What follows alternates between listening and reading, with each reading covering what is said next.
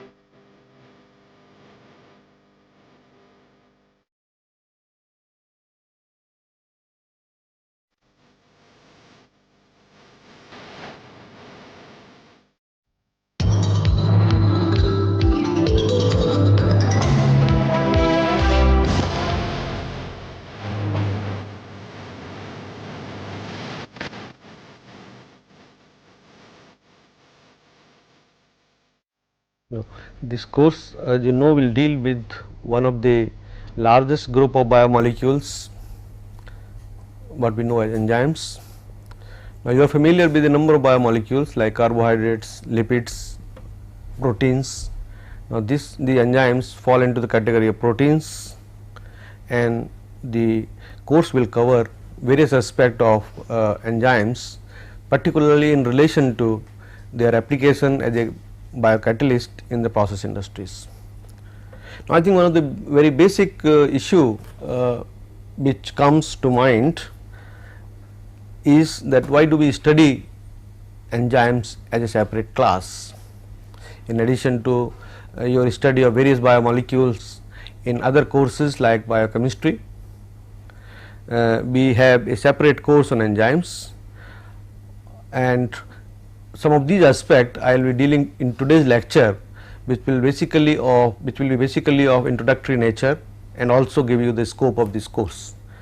Now, the first issue of the enzymes, that is why do we study enzymes, essentially opens up many features of enzyme molecules, and the first and probably the most important is that what is their role in a living cell, or what is their role in the realm of biotechnology as a whole.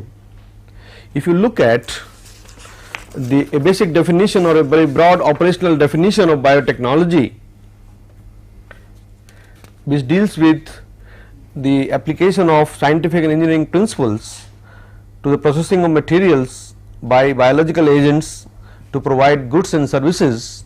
Now, here I like you to mark the term biological agents, and these biological agents cover microbial cells, cellular organelles, enzymes, maybe other parts of the cells like membranes, and a variety of biological material that can be used as a catalyst in process industries.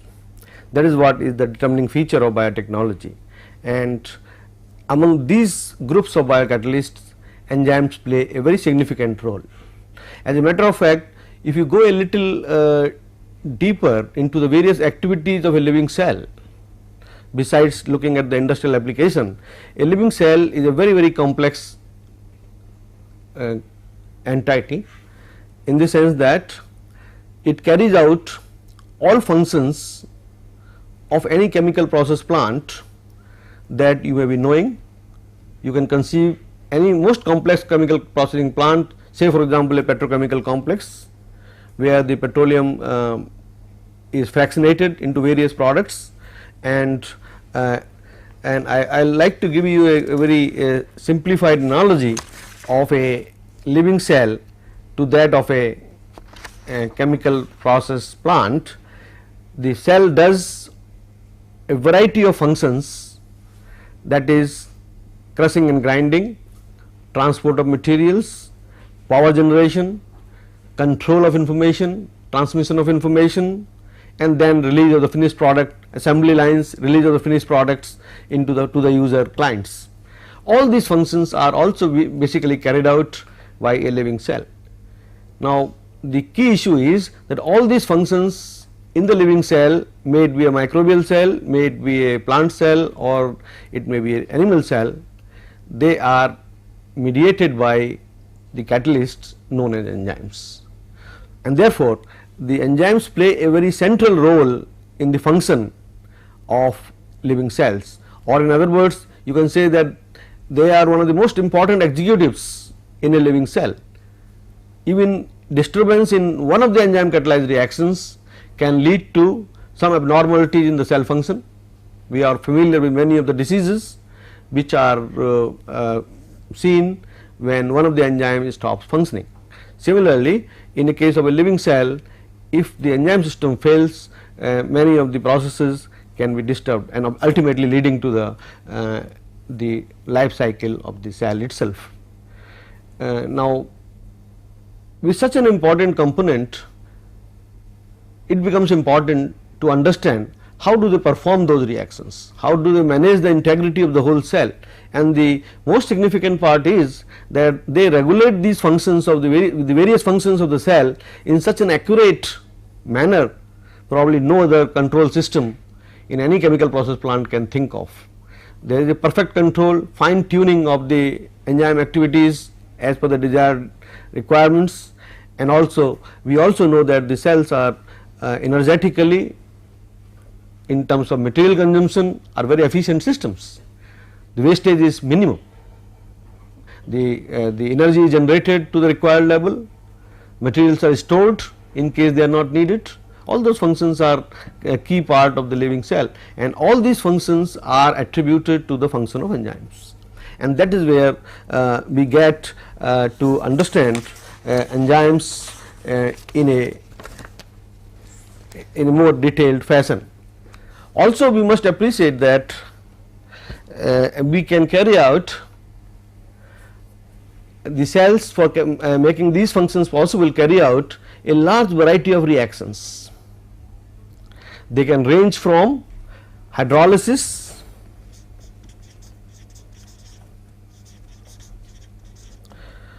polymerization. We are all familiar of how the different components or molecules, intermediates in a living cell are synthesized. They are all they all take place through a series of chemical reactions. Now, these chemical reactions could be hydrolysis, could be polymerization, could be epoxidation, could be reduction, and so on. A whole lot of chemical reactions do take place in a living cell.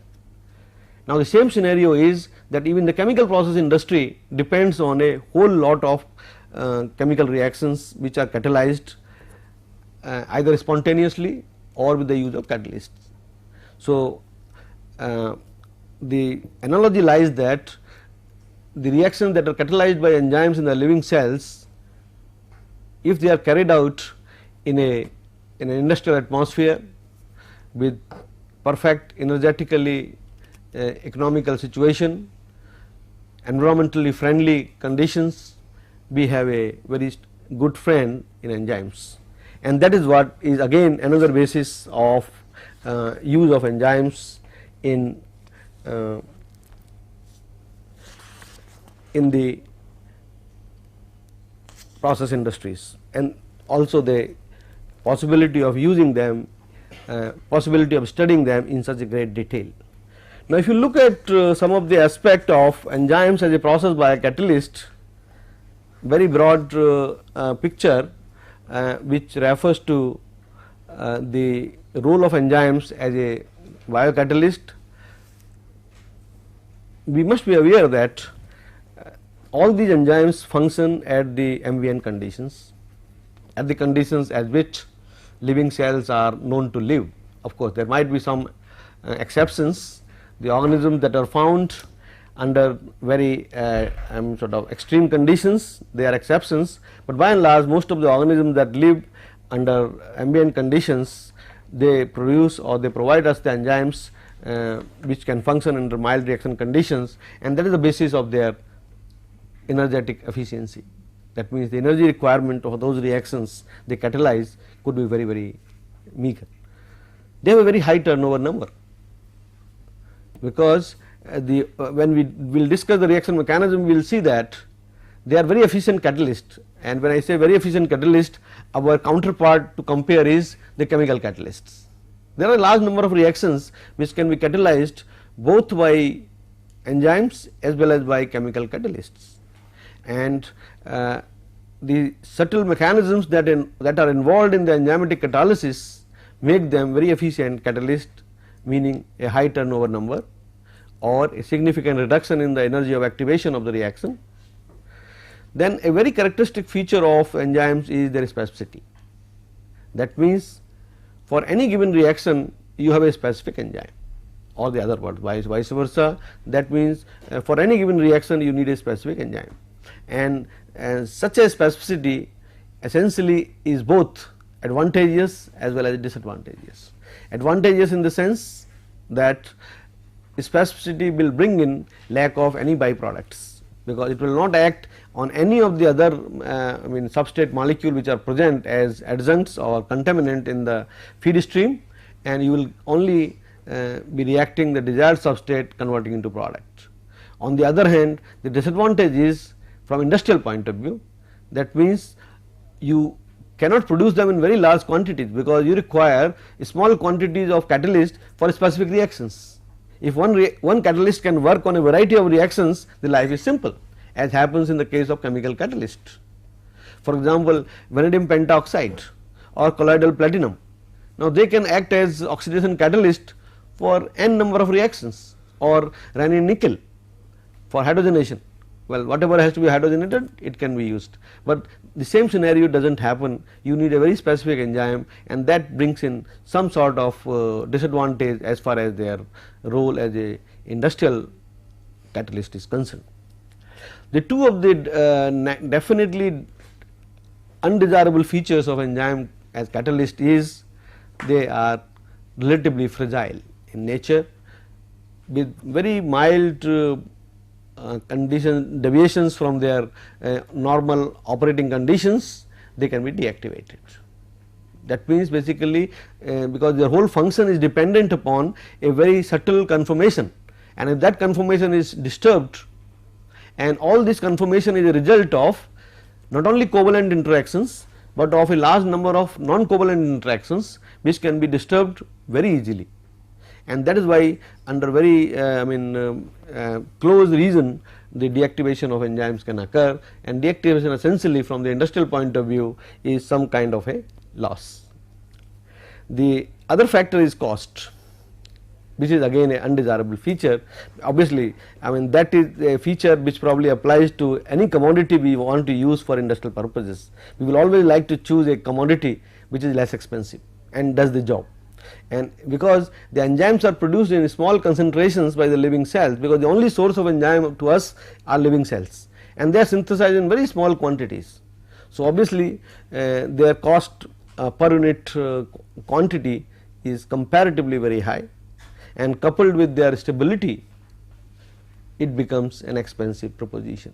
But of course, we are also aware that with some of the recent developments in biotechnology, molecular biology and other sciences which involve isolation, purification as well as stabilization, the costs have been brought down, the concentration of the enzyme protein which can be synthesized have gone up, and the situation is changing.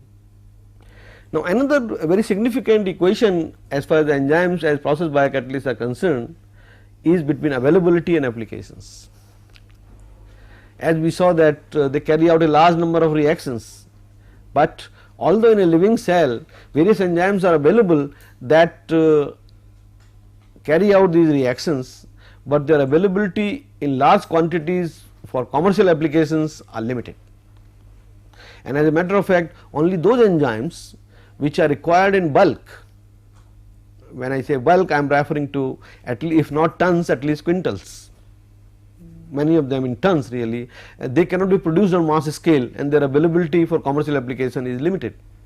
There are certain, you may be familiar with some of the classical examples of amylases, glucose isomerase, your cellulase, lipase, proteases, which are the enzymes that are produced in bulk and are available in large quantities. Obviously, and the other part is because of their bulk production, the cost has also come down and become reasonable for commercial applications.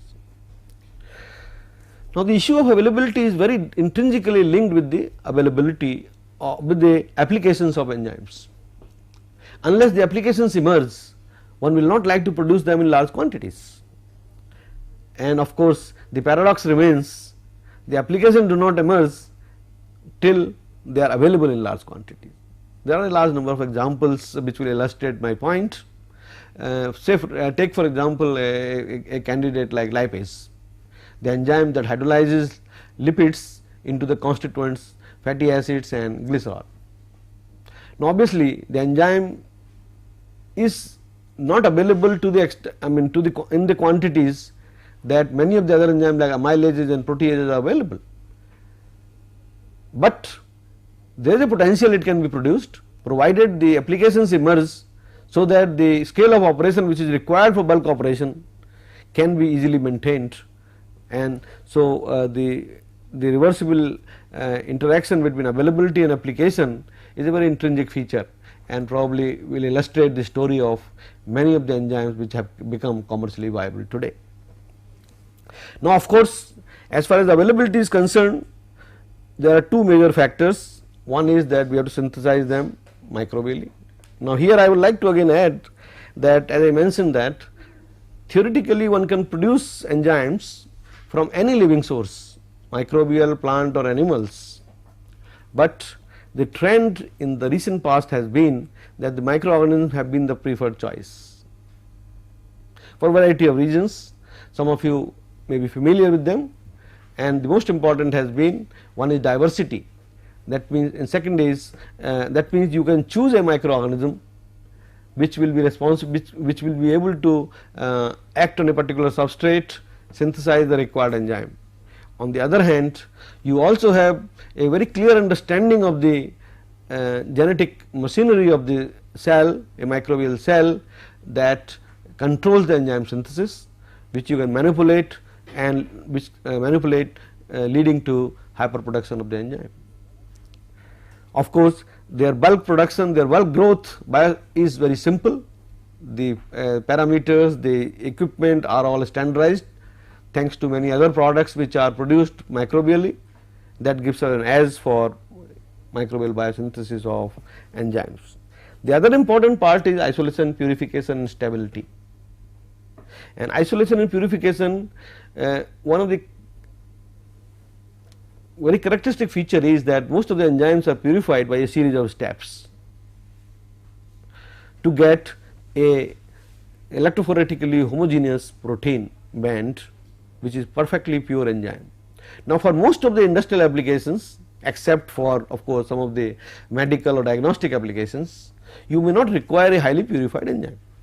For bulk industrial processing, we have to stop at purity level somewhere in between, compared to a crude enzyme where the specific activity is very low, to a level where the contaminating enzymes which can disturb the process are removed, but not that all the contaminants are removed, which may not be required, because any order of purification will mean additional cost enhancement in the value of the product.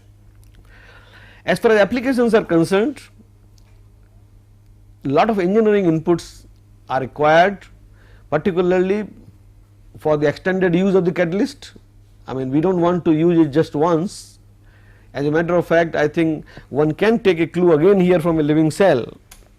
The cell maintains a very perfect economy in terms of its energy as well as materials to synthesize the proteins. It does not use the protein only once, it uses in a cycle and over a period of time. Of course, there is always a sort of maintenance part where it has to maintain the protein synthesis, but it is being used repeatedly, and in many of the organs of the cell, the enzymes are supported on certain organelles, so that they behave almost in a fashion of insolubilized enzymes. The similar based on the same concept, one can immobilize the enzyme on a support, insoluble support, what we call as immobilized enzyme, and use them for processes that can be used in continuous mode like any other chemical process. The term very commonly used in the chemical industry, heterogeneous catalysis. Then a very important aspect is bulk environmental design. So far we have been limited in our mind regarding the application of enzymes that they can work only in the aqueous environment, which today is probably not a very perfect statement, because a number of enzymes have been shown to function even in a non-aqueous environment, or in other words more accurately microaqueous environment, where you require a very small concentration of water. Rest of the bulk environment can be replaced by an organic solvent, and that can give us a whole new range of chemical reactions which can be carried out using the enzymes as biocatalyst, particularly a transition from hydrolysis to synthesis, and many of these reactions have become commercially viable today. Then of course, ultimately for any process application of these enzymes, you need to engineer the system. Even after you have done immobilization, even after you have studied the optimum reaction parameters, the whole systems has to be engineered. I mean to say that you have to develop a particular hardware, a reactor, an enzyme reactor in which the whole reaction can be carried out with maximum productivity, because ultimately the whole concept or the whole interest will be on the productivity, and which can be tailored by doing the proper process engineering. And then you may need to monitor certain parameters, the instrumentation, control, then downstream processing of the product, all has to be integrated so as to have a complete application route. In summary, the broad objective of this course, as I mentioned so far, will be to study various scientific, technological and engineering aspects associated with the application of enzymes as a biocatalyst in process industry. Now, this in a very brief terms can be the broad definition of or broad objective of this course. Now, here I think I like again you to be very critical about the scientific, technological and engineering aspects. A very almost in analogy with the biotechnology in general, even the enzyme technology also has a very multidisciplinary nature. It is not that one discipline, for example, understanding only biochemistry can lead to understanding of the application of enzymes in process industries. A whole range of basic and engineering sciences are required to be understood. Of course, some of them I will illustrate. Now, for example, if you start with, let us say, a basic science like chemistry, many aspects of chemistry have to be understood in relation to enzymes, or in other words, you can add the term biochemistry, the functional aspect of the enzymes, what kind of chemical reaction they catalyze, what is the thermodynamic limits, what is the equilibrium conversions, what are the free energy change, whether the reaction is feasible, the coupling of the reactions so that they become feasible in terms of free energy change, and all those aspects of the enzyme protein will come under the realm of biochemistry. A very important role is played by physics. Today, a large variety of developments that have taken place in the area of biotechnology in general and enzymes in particular can be attributed to the use of a number of physical techniques which have made us to understand a variety of systems and develop or improve upon them for various applications. And physics becomes a very important component to understand the enzyme role. And of course, as a matter of fact, you may be familiar that with the result of these applications and developments, the whole science of biophysics has emerged today. Then you have after chemistry and physics, I think the major scientific component will be biology. I think for any enzyme to be produced in large quantity, you need to identify a biological system which can produce the enzyme. It can be microorganism, it can be a plant, or it can be animal. Of course, as I mentioned earlier, in the bulk of the applications or in the bulk of the cases of enzymes, we look at microbial systems. That is a component which biology will make us understand. We will have to understand its morphology, its physiology, so as to be able to design a appropriate enzyme production system. The role of protein biosynthesis by the organism, which will regulate the synthesis of enzymes, the regulatory mechanisms involved in the biosynthesis of those enzyme proteins again will also be understood through biology. Of course, in the recent years an added dimension is on molecular biology, where we tend to understand the structure function relationships of various biological molecules at a molecular level, how nucleic acids take part in energy transformation, information transformation from one cell to the next generation. What are the mechanism of cell signaling? They also have an understanding between communication between different cells, or how does the protein molecules behave as a defense molecules. All variety of those functions at a molecular level has become an added dimension, which has been of course at the heart center of the biotechnology in general.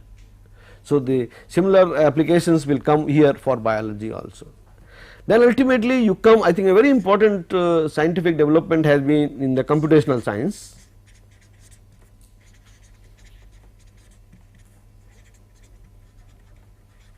Most of the industrial applications will require computational, the application of computational sciences to those systems. Today even design of a enzyme protein, modifications for tailoring it to give some desirable properties is a job which can be taken up only with the help of computational sciences. Experimental sciences will take years together to come out with those conclusions which can be brought in by many of the computational programs. Of course, you will need lot of data available to you before you can apply them, but once the data are available, one can easily compute and predict many of the behavior which otherwise would have taken a very long time. That means, for example, site directed mutagenesis.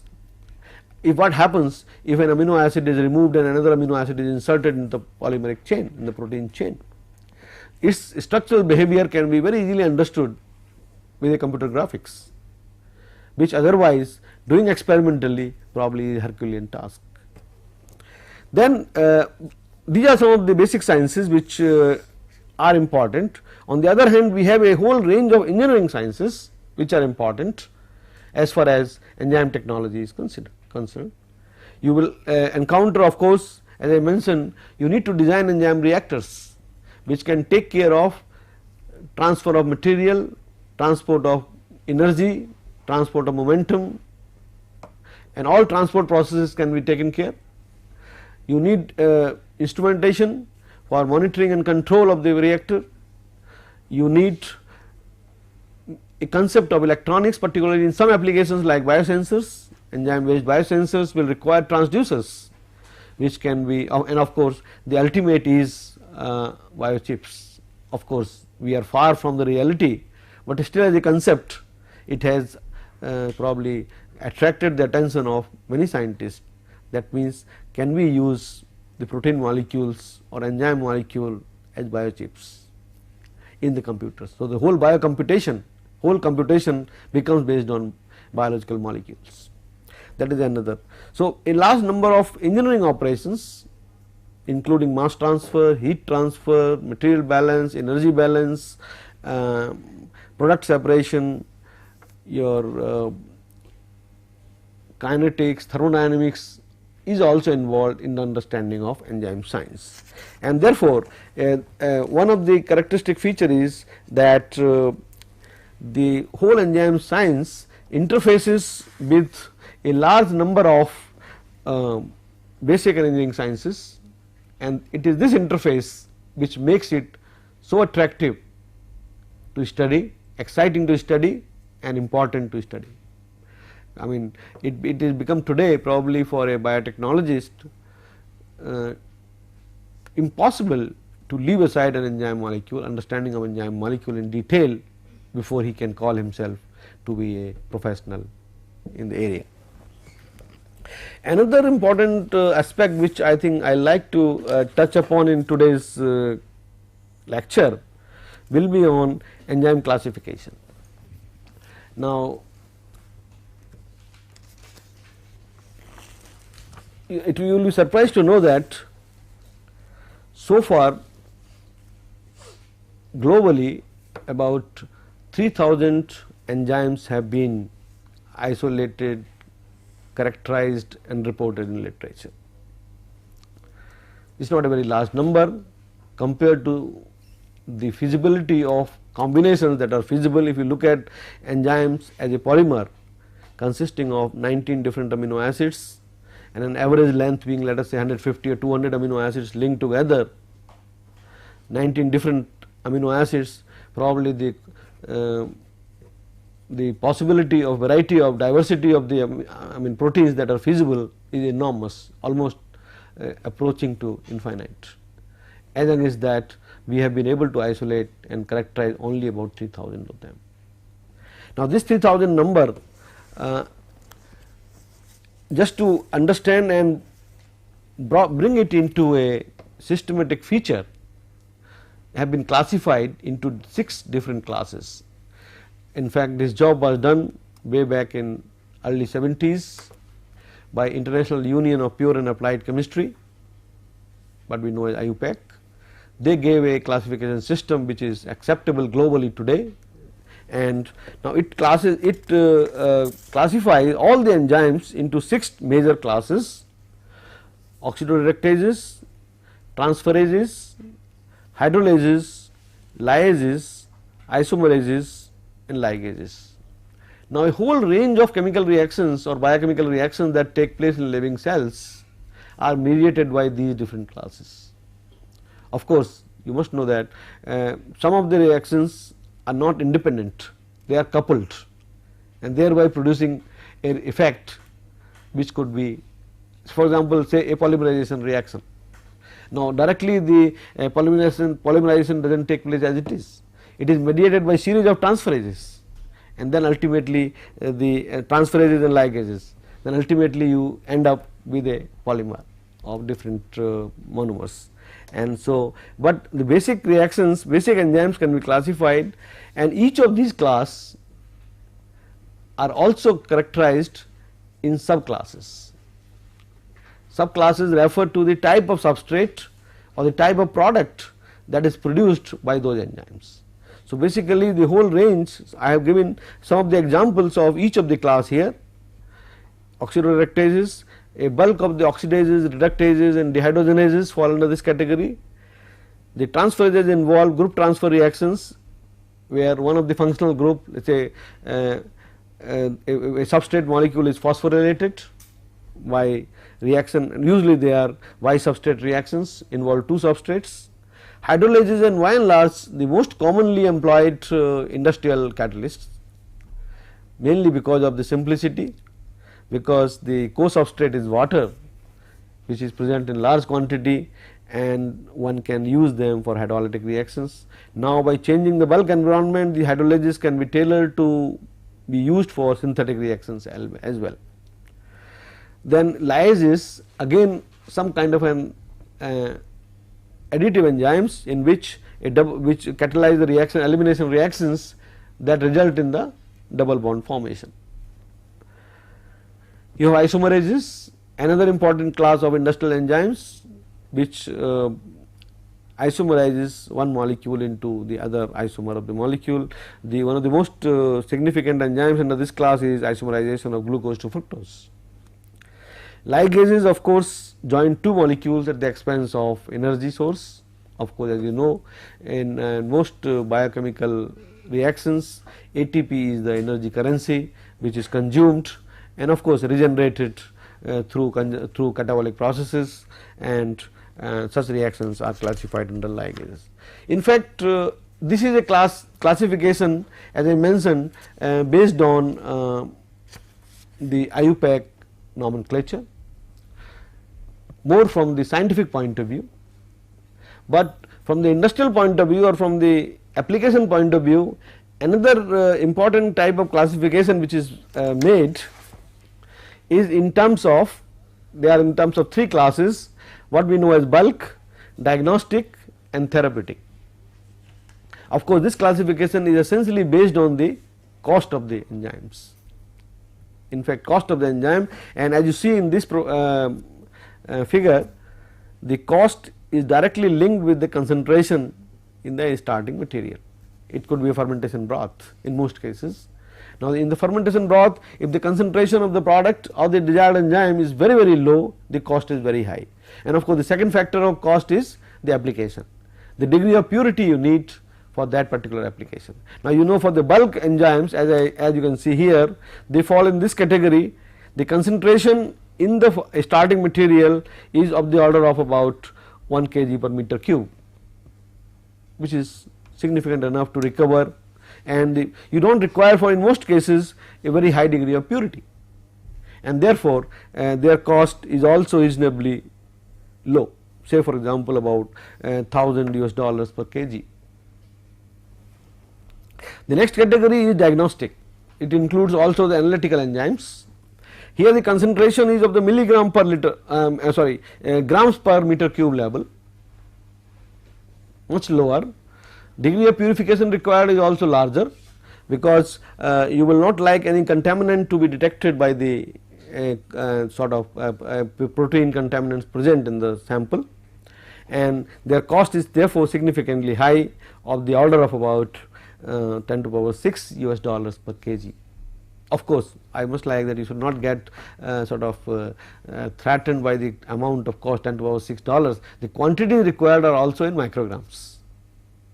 They are not in kilograms like other molecules. So, that is where they are affordable.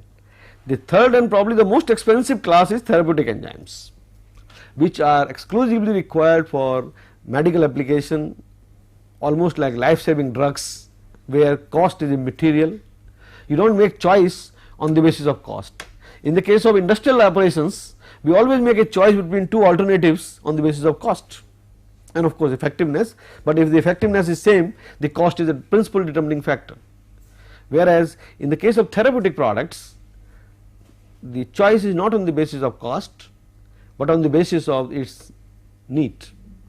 If it is a life saving drug, many of the therapeutic enzymes, particularly the recombinant proteins that are available, some of the enzymes like streptokinase, urokinase, they are blood clot dissolving enzymes, which can within fraction of a minute can simplify the situation of a cardiac failure problem due to blood clot, which we can immediately act and they can be solved. Similarly, the number of other such therapeutic proteins or enzymes are available which function in those, like asparaginase for patients suffering from leukemia is another life saving, and similarly their cost is also of a very high order. Of course, the quantities again required are of less than microgram quantities, but in a very highly purified state. So, in fact, this is what I had the last phase of this today's lecture will cover on course outline and references, and the course will broadly cover these aspects. I have given you some idea about the introductory remarks on the enzymes as a process biocatalyst. We will go into little more details on the chemical nature of enzymes, that means enzymes as proteins. We will go into functional nature of enzymes, enzymes as a catalyst, what makes them such a efficient catalyst, what are the factors that are responsible for their deactivation, what are the approaches that are available for stabilizing the enzymes, what is the role of active sites or ligand binding site on the enzymes. Those issues will be dealt in functional nature. Then we will go on the kinetics of enzyme catalyzed reactions, because the reaction kinetics will play a very important role in the choice of enzyme reactors, to understand the reaction rates and the role of associated physicochemical interactions that will take place once you immobilize the enzyme or use them in a bulk environment other than water. Then I think one of the most significant tool which has made many of the enzyme reactions commercially viable is immobilization of enzymes. A large number of techniques are used, we will discuss them in detail.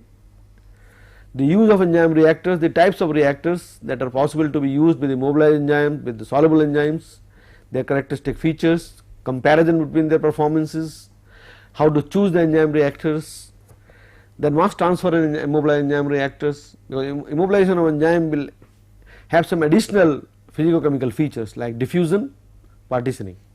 Now those issues when they are placed in a reactor, how do they influence the performance of the system? Immobilized cells, very often if the enzymes are intracellular, it has been felt that for many applications their isolation and purification is not required. You can immobilize the whole cell as long as the cell does not have, or you can inactivate other contaminating enzymes in the cell which will interfere in the process. Then ultimately in the case of bioprocess design, some of the basic design principles for the enzyme catalyzed processes, a few case studies. I like to illustrate some of the earlier issues with respect to specific cases, and ultimately I think I like to take up enzyme based sensors.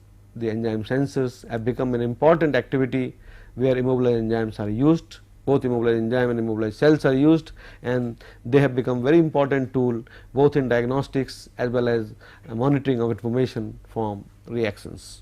So this will be our ultimate course outline.